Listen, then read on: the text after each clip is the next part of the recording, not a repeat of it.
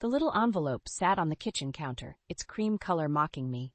I recognized the resort's logo emblazoned on the front, the same place Callum had booked for our 5th anniversary getaway. My hands trembled as I tore it open, the paper offering no resistance to my desperate fingers. I scanned the contents, my stomach dropping with each word I read. A romantic riverside bungalow, candlelight dinner, couples massage, all for 2 nights over our upcoming 10th anniversary weekend. The same weekend, Callum had claimed he needed to visit a client in Phoenix. "What is this?" I stammered out loud, praying there was some innocent explanation. Callum strolled into the kitchen, tucking his phone into his pocket with a look of surprise. "Oh, you got that already? It was supposed to be a surprise for our anniversary." My mouth went dry as I studied his casual demeanor. "A surprise? You already told me you had to work that weekend." He froze, his expression clouding over. "Work? I must have gotten my weekends mixed up." "Really? Then why did you lie about having to go to Phoenix?" I gestured at the damning envelope with a shaking hand. Callum's Adam's apple bobbed as he swallowed hard. "Alara, baby, let me explain." "Don't baby me," I snapped, anger burning away the sting of betrayal. "Were you going to tell me about this little romantic getaway, or did you have another excuse lined up?" His jaw tightened and he dropped his gaze to the floor. In that moment, I knew. The solid ground had cracked open beneath my feet over the past months, but now I finally saw the truth staring back at me. Callum was having an affair. The realization knocked the wind out of me, leaving me doubled over. Tears started streaking down my cheeks as I fought for air. How could the man I loved, the man I'd built a life with, do this to me? To us? I can't believe you, I heaved out between ragged breaths. I need some air. Callum didn't protest as I pushed past him, grabbing my purse and keys on the way out the door. I climbed into my car, peeling out of the driveway in a squealing rage. Gulping down the dry Phoenix air, I turned up the radio loud to drown out my anguished thoughts. How long had this been going on? Who was she? The questions spun in my mind like a tornado of knives, each one twisting deeper into my heart. By the time I reached the Arizona Canal trails, the sun had dipped below the horizon. I parked and got out, needing the solitude of the darkening pathways to process everything. As I walked, I realized the signs had been there all along. His long nights at the office, his emotional distance, that strange charge on our credit card statement in Nevada. I spent the next few weeks in a fog, my mind replaying that awful night over and over. Callum's lame excuses and hollow promises only amplified the anger simmering inside me. I confided in my best friend Maya, spilling out the whole sordid tale over glasses of Cabernet. "That bastard," Maya spat after I finished, her eyes blazing with fury. "You don't deserve this, Alara. Not after everything you two have been through together." I nodded numbly, wiping away fresh tears. I don't know what to do. Part of me still loves him, but how can I ever trust him again? Maya leaned forward, gripping my hands tightly. "You can't. At least, not until you know the full truth. Cheaters like Callum always try to downplay things. Who knows what other lies he's told?" Her words ignited something inside me. She was right. If I was going to decide how to move forward, I needed the full, unvarnished reality of what Callum had done. The next morning, I started digging. I pulled our bank records, compiling a list of strange charges and cash withdrawals. There were dozens of them, hotel stays, jewelry purchases, even a night at a rental cabin near Sedona.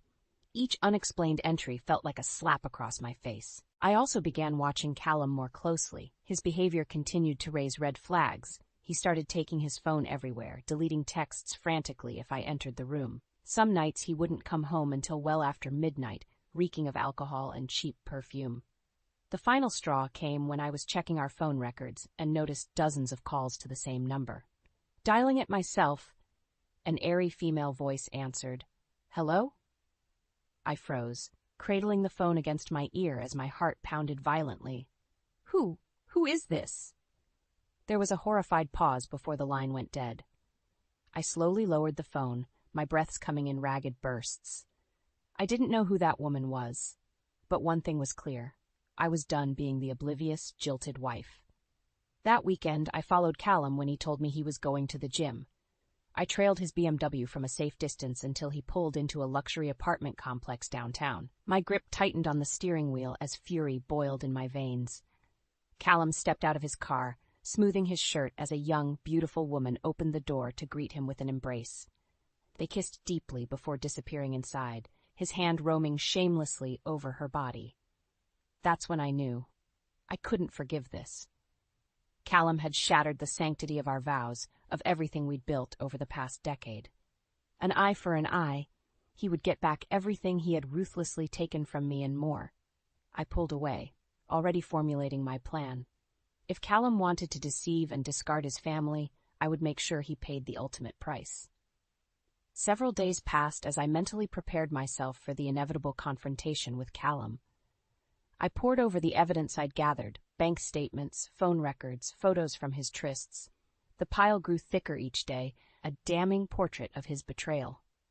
Finally, I could wait no longer. One evening, after he returned home late yet again, I cornered Callum in the living room. "We need to talk," I stated flatly, my hands trembling slightly as I clutched the manila envelope containing the proof.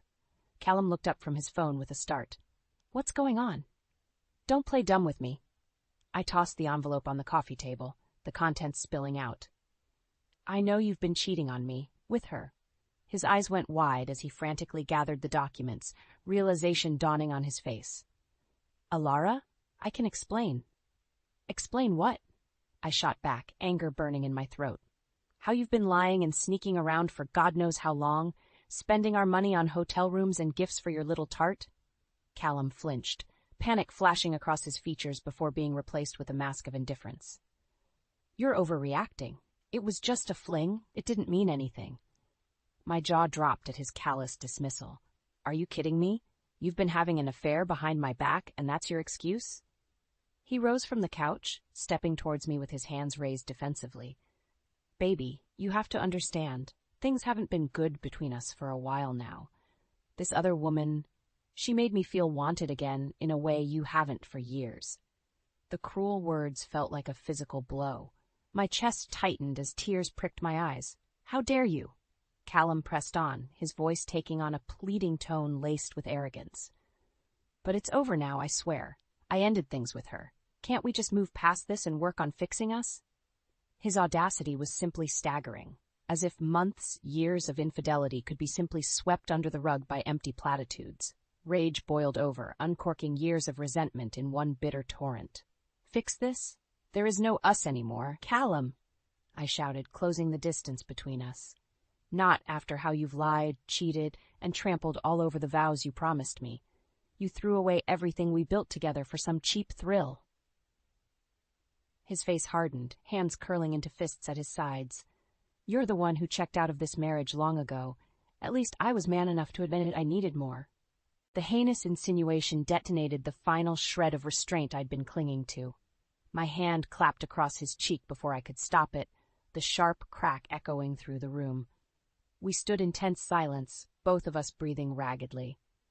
Callum raised a hand to his stinging face, his expression a mixture of shock and hatred. In that moment, I realized there was no coming back from this. My husband, my life partner, had willingly eviscerated everything we once shared. As he stormed off to the spare bedroom, I knew deep down our relationship was already over. This callous, selfish man was a stranger to me.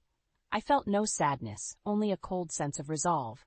If Callum was willing to discard his family so casually, then so be it. He would pay dearly for his transgressions. I would make certain of it. In the days following our explosive confrontation, Callum and I drifted into an icy coexistence. He stayed out most nights, returning home only to grab fresh clothes before vanishing again. I barely acknowledged his presence, going about my routine with a stoic detachment. Beneath that facade, however, a burning fury simmered. Callum's callous treatment, his smug indifference to the pain he'd inflicted, it was unforgivable. He had to be made to understand the grave consequences of his actions. One evening, I met up with Maya over drinks. I spilled out the entire ugly episode out, tears of rage stinging my eyes. She listened in stunned silence until I finished, her expression hardening into grim resolution. "That selfish prick," she growled, slamming her fist on the table. "He doesn't deserve an ounce of your mercy after how he's treated you." I nodded, anger creasing the corners of my mouth into a scowl. "You're right. I'm done being the sad, jilted wife. It's time Callum got a taste of the pain and humiliation he's put me through. That Maya's lips curved into a vindictive smile. So make him suffer like he's suffering you. Strip away everything that's important to that scumbag. His money, his reputation, that little side piece. Her words catalyzed a cold clarity in my mind. If Callum was willing to throw away our decade of marriage over some tawdry fling, I would dismantle his entire life piece by piece. No more being the victim. It was time to fight fire with hellfire. Over the next few weeks, I began methodically gathering ammunition for my counterattack. I sought legal counsel to begin divorce proceedings, ensuring my finances would be fully separated from Callum's. I also opened a private email account to begin documenting his affair and other misdeeds. The dam truly burst open when I secured copies of his work emails and correspondences. Buried among the mundane real estate minutiae were extensive records of under-the-table dealings, kickbacks, shady property transfers, the works. A vile smirk crossed my lips as I read through the incriminating paper trail. Callum's beloved career was first on the chopping block. My next step was locating the identity of his mistress. It didn't take much digging. A simple license plate lookup revealed her name was Sienna Westbrook, a former model who now managed a high-end beauty salon. Social media turned up photos of her in various states of undress, brazenly hanging off Callum's arm at nightclubs and holiday getaways. I sneered at the leering images, any pity I'd felt evaporating. This woman knew exactly what she was doing, shamelessly seducing another woman's husband.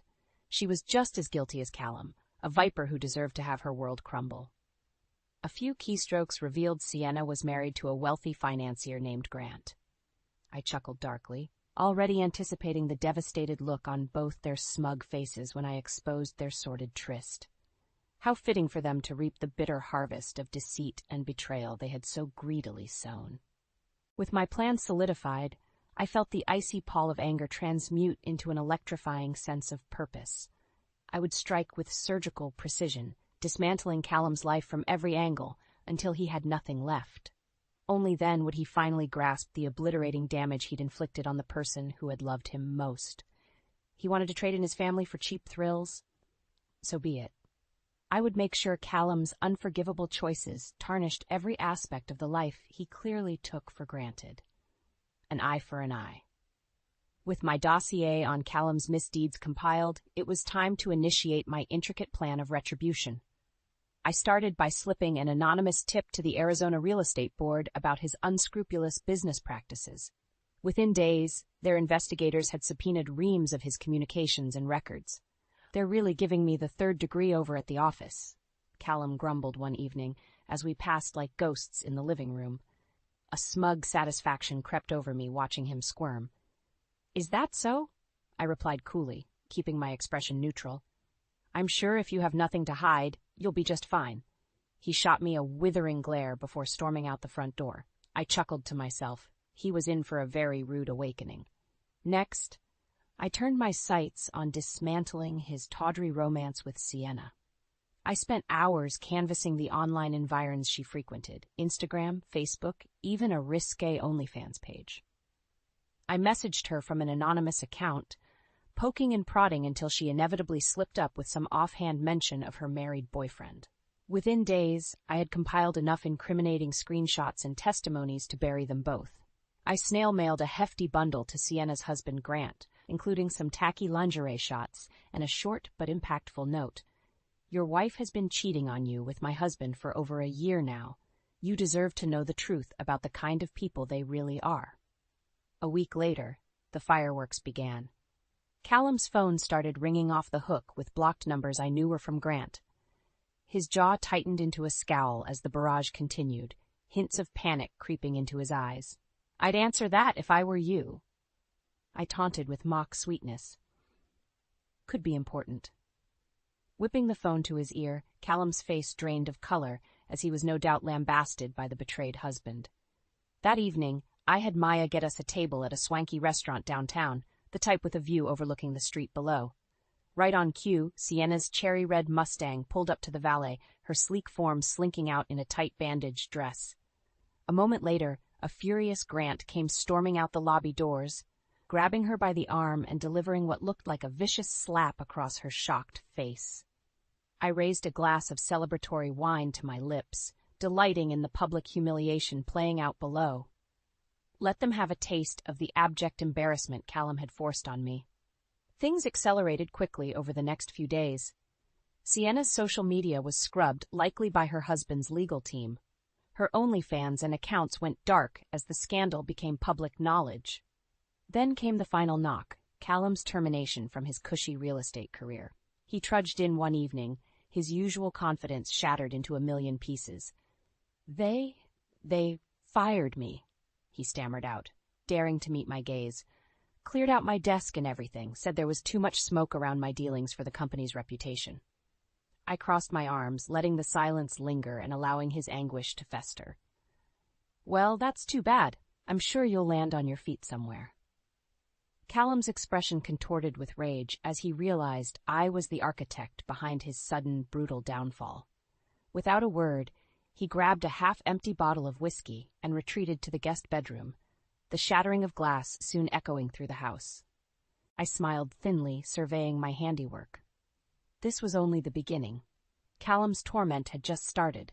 By the time I was through, he would have as much left as he had given me. Nothing. Over the next few weeks, Callum's life continued its free-fall trajectory. The real estate board's investigation resulted in him being permanently barred from practicing his license, ending any hope of finding work in that field. His money rapidly drained away, paying legal fees and settling lawsuits. I watched in silent satisfaction as his typical arrogance withered into a pathetic, broken shell of a man. He began drinking heavily, spending nights passed out on the couch amid scattered bottles and reminders of his shattered existence. "How could you do this to me?" he slurred one evening, his words thick with self-pity. "After everything we meant to each other." I leveled an icy glare at his disheveled, unshaven face. "I simply gave you a taste of your own medicine. You embraced lies and betrayal, and this is the consequence." Callum's lips curled into a sneer. "You're a vindictive bitch, you know that?" Rather than rising to his bait, I simply shrugged. Says the man who threw away a decade of marriage for a cheap fling. I'm just the one who ensured you paid the full price for your indiscretions. As his spiral deepened, Callum turned to me with an almost laughable desperation, seemingly unaware of the magnitude of destruction I'd inflicted. "Alara, please. You have to help me," he begged one morning, trailing me into the kitchen with his hands clasped. "I'll do anything. I've hit rock bottom here." I slowly turned to face him, coldly drinking in his ruined visage, the puffy eyes, unkempt hair, rumpled clothes. This arrogant, selfish prick who had so casually betrayed me was now a sniveling wreck. A cruel smile played across my lips. "Help you?" I echoed. "Why would I possibly want to do that? You're exactly where you deserve to be, destitute and alone." Callum's face contorted with anger, his fist clenching. For a fleeting moment, I thought he might strike me, but just as quickly the bluster faded back into sullen defeat. "You're right, I had this coming," he mumbled, shrinking back. "I never deserved you."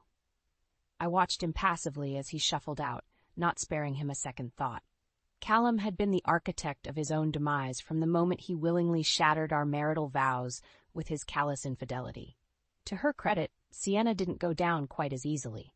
The former model adopted a defiant social media campaign, decrying the slut-shaming and misogyny she claimed to be a victim of after having her tryst with Callum exposed.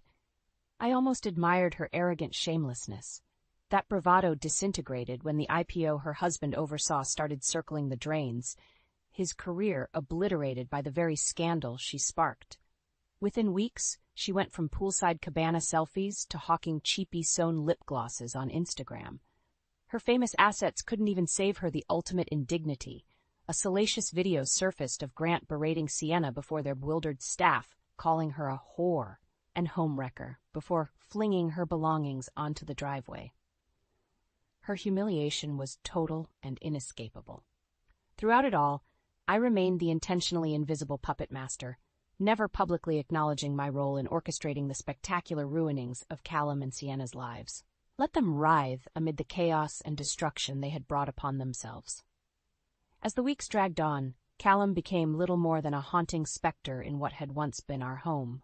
The lights remained off for days, the shades drawn against the harsh sun. My once vibrant, confident husband had degenerated into a husk. I watched him disappear inside himself, partaking only in the basic routines required to remain nominally functional. His life was effectively over, just as he had discarded ours for his selfish desires. With a graphic designer's appreciation for delicious irony, I marveled at how Callum had become the living embodiment of karma itself, consumed from the inside out by his own arrogance, betrayal, and misdeeds. Justice had finally found him. As Callum's life continued crumbling around him, a part of me still couldn't quite believe how far my vengeance had taken us. There was a time when I thought his infidelity would break me, that I'd be the one left shattered. Instead, I had become the brutally efficient architect of his undoing. Still, I knew there were a few remaining threads to sever before I could finally disentangle myself once and for all. The longest outstanding issue remained the official dissolution of our marriage. One evening, while Callum nursed a glass of bottom-shelf whiskey, I dropped a manila envelope on the coffee table in front of him with a dull thud. He stared at it blearily for a long moment before finally meeting my gaze. "What's this?" he asked, a hoarse croak. "Divorce papers," I stated flatly. "I'm filing for divorce on grounds of infidelity and abandonment. Given everything that's happened, I didn't think you'd put up much of a fight." Callum's brow furrowed as he rifled through the stack of documents with a trembling hand. A hollow, haunted look filled his eyes as realization set in. This was truly the end of everything we'd built together over the past decade. Any faint sliver of hope.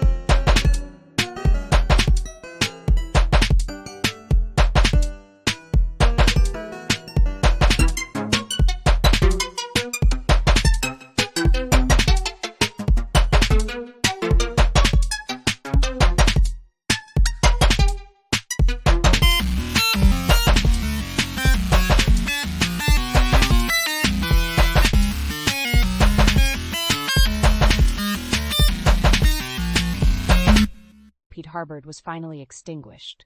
"You're really doing this," he murmured, more to himself than me. "Christ, Ilara, when did everything go so wrong between us?" I felt a pang of something, sadness, perhaps remorse, before instantly quashing it like an insect underfoot. "When you decided your vows, your commitment to me, no longer meant anything. That's when our marriage died." Callum opened his mouth to reply, but seemed to think better of it. We both knew there was no justification, no excuse that could make what he'd done right. His utter silence was admission of that fact. Just sign the papers, and let's make this as clean as we can," I continued curtly. "You've put me through enough torture already." With a resigned nod, Callum scrawled his name across the thick stack of documents with a finality that reverberated through me like a shockwave. It was done. A decade of partnership, experiences and memories unceremoniously dissolved on a few sheets of ink and pulp. "There," he mumbled, tossing the pen aside. "After everything I've put you through, I don't blame you for wanting out, not one bit." Something in his deflated tone triggered a wellspring of anger and resentment. I didn't realize I'd been suppressing. Before I could stop myself, the words came tumbling out in a torrent. "You're damn right you don't," I spat. "Did you really think there wouldn't be consequences for how despicably you treated me? That you could have your sexy little fling on the side while keeping me as your doting, oblivious wife at home?" Callum shrank back, his expression twisting in remorse. "Alara, No," I snapped, feeling years of hurt and rage rushing to the surface. "You don't get to make this all about your guilt or regret. You want to know what the hardest part of your betrayal was?" He stared back at me, my words rendering him uncharacteristically mute. "It was the harsh truth your actions revealed about the person I thought you were," I continued, my voice dripping with disdain. "The man I loved, the man I shared a life with, that person was a lie. You were just another selfish, entitled prick all along." I could see the impact of each lash landing, Callum visibly wilting under the weight of his misdeeds being thrown back in his face. Good. He deserved to feel the pain he dished out tenfold. "So yeah, I made sure you got exactly what you deserved," I hissed. "I systematically burned your life to the ground just like you did to our marriage.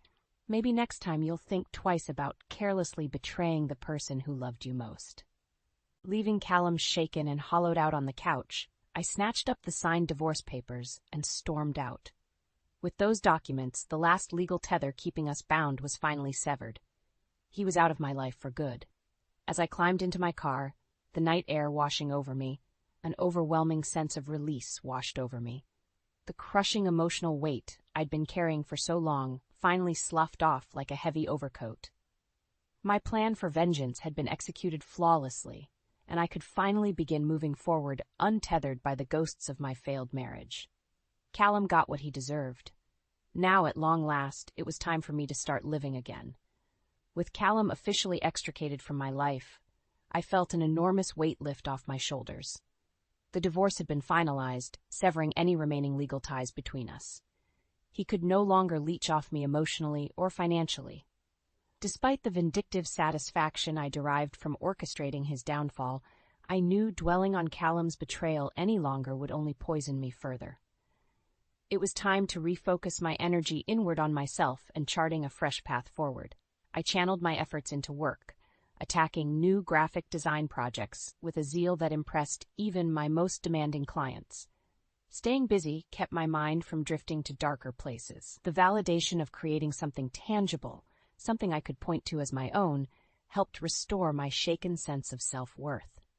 In my downtime, I reconnected with Maya and other friends I'd drifted away from as my marriage slowly disintegrated. I realized how much I had deprived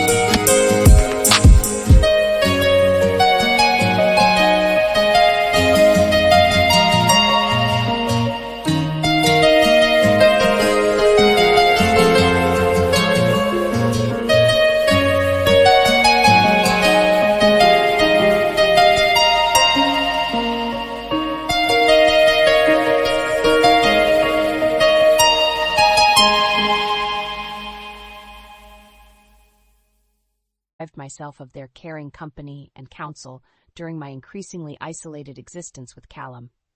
"You've got your sly smile back," has Maya observed with a grin one evening as we split a bottle of crisp Sauvignon Blanc over Turkish mezes. "I'm glad that asshole's negative energy isn't weighing on you anymore." I gave an acknowledging nod, feeling a contented warmth wash over me. "You were right. Once I stopped being a victim and took control, I got my power back. Funny how that works, isn't it?" Maya raised her glass with a wry smirk.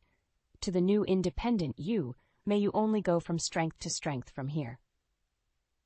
"I'll drink to that," I agreed, clinking my glass against hers. With each passing week, I felt more grounded and secure in my new reality. The betrayal pangs faded, replaced with a sense of hard-earned wisdom. While Callum's affair had nearly broken me at first, in the end it had shattered the rose-tinted lenses through which I'd viewed our relationship. The cold truth was, he had never been the upstanding man worthy of my faith that I believed. Once I'd peeled away that comfortable illusion, it became easier to accept the relationship for the unhealthy, toxic pairing it truly was. I had simply outgrown Callum and the stunted life we had built together long ago. In many ways, his infidelity had been a painful but necessary wake-up call, freeing me to pursue my own path. I took pride in the gutsy way I'd faced his transgressions head-on rather than wallow in impotent hurt. I had reclaimed my voice, my identity, my future. The hits also kept on coming for Callum in the months that followed. His money drained away, attorneys stripping him of any remaining assets. It wasn't long before he was forced to downgrade to a dingy, roach-infested apartment near the bad part of town. I couldn't help but smirk, knowing he was experiencing just a fraction of the humiliation and rock bottom he'd forced upon me. He called me one night in a drunken desperation, pleading for help to get back on his feet. "Please, Alara, I'm at the end of my rope here," he slurred over the janky line. "I'm a broken man. You have to throw me a lifeline for old time's sake." I stared at the phone for a long moment, reminiscing over our fractured history. So many hopes and dreams, so much time and energy invested in holding together a fundamentally rotten core. We had been far too mismatched and dysfunctional to ever truly make things work long-term. My lips curved into a sardonic smile as I hit the end call button, letting the line go dead silent. Callum had made his choices, reaping the consequences of his sordid actions. I owed him nothing, no more second chances, no more benefit of the doubt.